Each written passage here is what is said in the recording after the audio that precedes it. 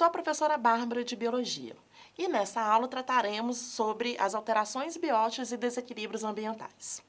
Para podermos abordar esse tema, precisamos primeiramente saber o que é um ecossistema e como funciona o ecossistema.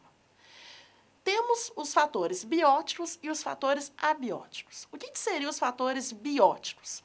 O próprio nome já fala, bio, vida. Então, os fatores bióticos são os seres vivos, animais, plantas, algas e outros micro-organismos. Os fatores abióticos, são aqueles que não têm vida, são os elementos não vivos.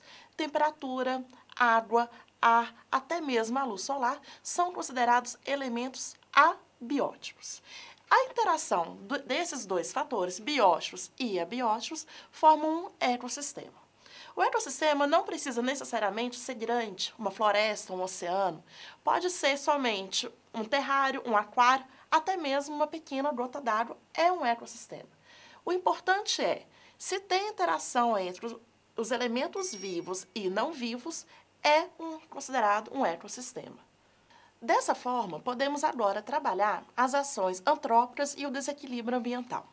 Hoje, um dos grandes prejudiciais para o nosso planeta são as ações humanas, que estão devastando o nosso meio ambiente. Podemos citar a poluição ambiental causada pela emissão de CO2 pelos carros, pela queima dos combustíveis fósseis, eliminação também de gases pela indústria, que pode aumentar o efeito estufa e também prejudicar a camada de ozônio.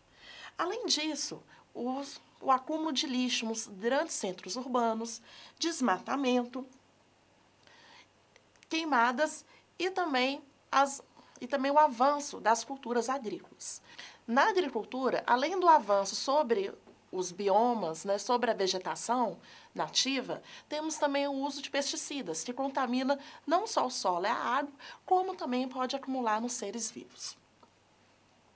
Vamos imaginar se por algum acaso aconteça a extinção de um polinizador. Vamos usar um exemplo, uma pequena abelha que poliniza uma orquídea branca. Se essa abelha se extinguir daquele local, ela não poderá fazer a polinização da flor, ou seja, não terá como essa flor se reproduzir. Além disso, essa abelha pode servir de alimento para outro ser vivo, que também terá a sua população diminuída devido a isso.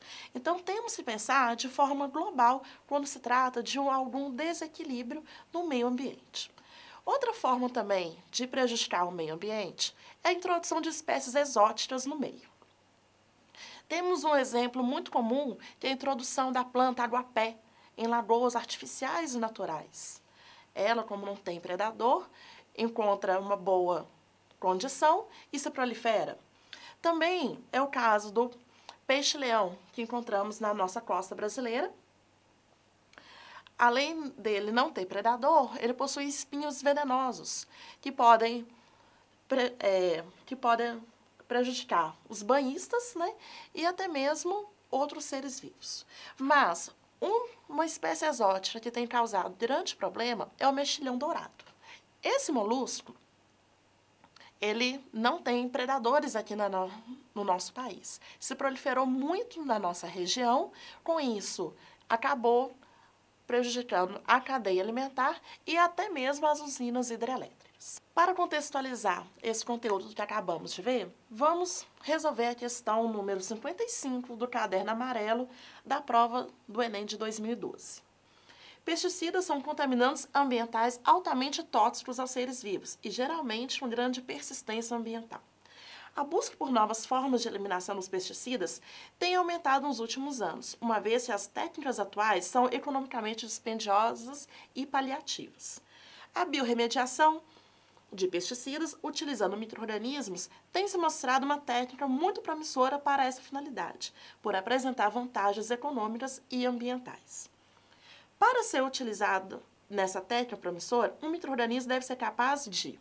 Então, vamos ver as alternativas. Letra A. Transferir o contaminante do solo para a água. não teria muito sentido. O contaminante continuaria no ambiente. Letra B. Absorver o contaminante sem alterá-lo quimicamente?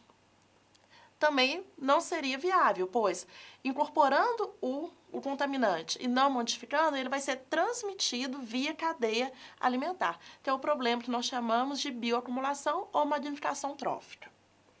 Letra C. Apresentar alta taxa de mutação ao longo das gerações. Também não é viável para o ambiente. Letra D. Estimular o sistema imunológico do homem contra o contaminante. Não faz sentido estimular, a defesa do organismo. Alternativa é metabolizar o contaminante liberando subprodutos menos tóxicos ou atóxicos. Essa sim é a resposta certa. Dessa forma, iremos amenizar os danos causados pelo contaminante no ambiente. Bom, gente, ficamos por aqui. Espero ter ajudado no preparo para o Enem.